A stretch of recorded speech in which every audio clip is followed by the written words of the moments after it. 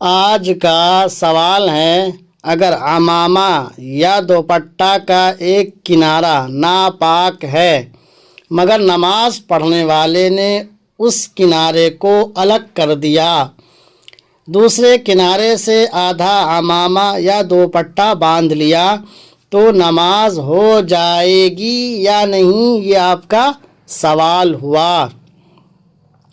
جواب ہے، جو کپڑا نمازی کے بدن سے ایسا تعلق رکھتا ہو کہ اس کے حرکت کرنے سے وہ بھی حرکت کرے، ایسے کپڑے کا پاک ہونا ضروری ہے۔